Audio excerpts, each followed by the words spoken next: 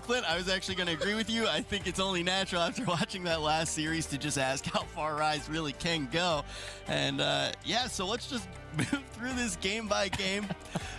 Start with the hard point. Rise able to come out on top, Merc. Yeah, as we expected. I mean, Rise Nation, I was, just chit-chatting with Formal in the back, and he's just like, they're just so good at every game mode right now. And if you lose sort of a respawn to them, their search and destroy is so solid. So it's tough to beat this Rise Nation team. Right now with the way they're flowing, their confidence is at an all-time high. It's just going to be tough. And yeah, London Docks hardpoint, basically what we expect. We know how quick these Rise Nation guys can play, especially guys like TJ Halley and Looney. They're all up in your face, and that just makes it easy for Methods and Gunless. Yeah, it definitely does. Phil, did anything in particular catch your eye on, Ellen? I will say eRa kept it close reasonably till around the 100, 120 mark, and then Rise, they kind of took that 1, 2, 3 steps ahead. They never looked back from there, and, the kill streaks, score streaks kind of started coming in. Not necessarily making a big impact on it, but either way, Rise Nation, and you can see here the score just escalated there. They ran away with this. Yeah, they end up running away with it, but like you said, eRa definitely not looking bad in this. And the thing is Rise actually coming out on top here. Maven and Jack were just saying, hey, look, you kind of know eRa Eternity should be able to win the SND, even though both of these teams are incredible SND teams. So it really does come down to eRa. When are they going to be able to pick up a respawn? Yeah, exactly that. And again, what we talked about, Rise Nation, they're just so good at basically every single game type. And I mean, one thing you talk about is Rise. They need these wins. They want to secure that #1 seed. I believe tomorrow they play Vitality, and then Thursday they play Optic. So as long as they don't drop tomorrow, I believe #1 seed is all theirs because, Optic got that loss tonight. So this is a big day for Rise. Absolutely huge for Rise, and I think that just does validate the idea of saying, when we actually get to Atlanta, how far is this team going to go? But before we can talk about that, we need to talk about map number 2. Now, map number 2 was that SND, and that's when we ultimately did see kind of that prediction come through. Rise wasn't able to take down this SND, Joe. Yeah, they definitely weren't. I think it was just a great start to this game by eRa Eternity. They got an early lead. You heard the caster sort of talk about it, TJ Halley.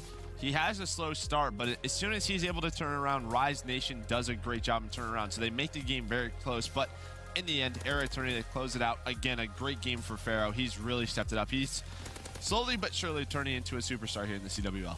And I think as well, we point out TJ a lot in the S&D. He started 0-3, technically, went 1-4 to get his first blood. But he's been the catalyst for a lot of Rise Nation's first blood, their round wins, and, him be taken out the first 3 rounds instantly, hit them hard. You can see by the scoreboard as well, he brings that back. He goes on a bit of a streak himself, but again, eRa are a very strong S&D team. They push Rise to their limits, which is good to see. I think eRa can do that with anyone about now with the S&D.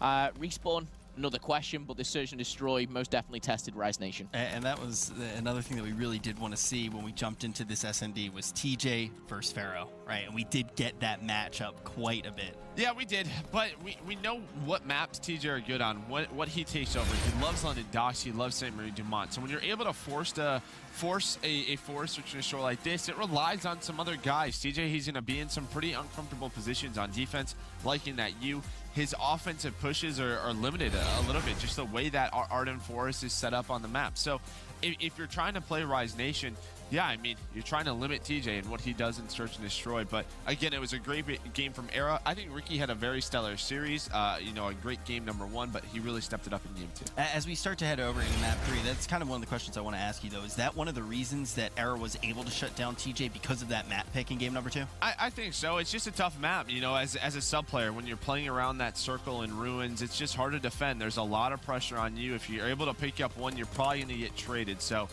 it's just a tough position. Again, there's not a lot of sort of movement on the map, where that's where TJ loves to do. He has a lot of little timings that really separates him from the best. But as we get into this game #3, again, it was just Rise Nation. They get that lead. They don't lose it. The slaying really stepped up for them, and it was tough for them to win. Yeah, Rise gets that early cap. eRa does get a cap of their own in relatively quick retaliation, but after that, Rise pops right back into it. They're able to get that 2-1 lead in this final round, Phil. Yeah, I think for these guys, Rise especially, just kind of closing things out here. Again, it wasn't easy for Rise Nation.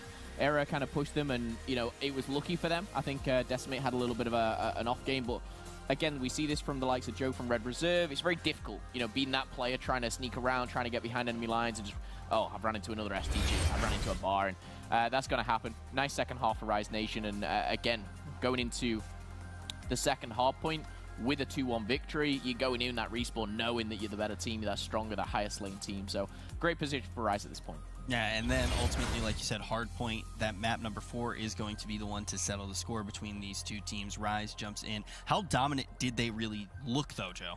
I thought they played pretty well. I thought eRa had a solid first half. You're going to see the score. It's honestly similar to London Docks. The score at the first half, it's very close, and then Rise Nation just sort of takes over. I think as soon as you saw these maps, you figured that Rise Nation's going to probably win this Arden Forest hardpoint. They're very, very solid on it. They're even down to challenge the likes of TK on it. They really trust methods and gunless with those ARs. Again, early on, eRa, they had a solid start. That's when Rise Nation, though, they really turned it up. And, well, again, they take this series 3-1. Yeah, and again, you can see in the scoreline, the first hard point, we talked about how close it was, 100 to 100, and then Rise Nation kind of stepped it up a gear. The same happened, you know, it's that moment in the game where you see those streaks come in, you see them used very, very well, and you're going to see eRa fall behind, but this time, I will say, eRa kind of bit back a little bit, it was back and forth.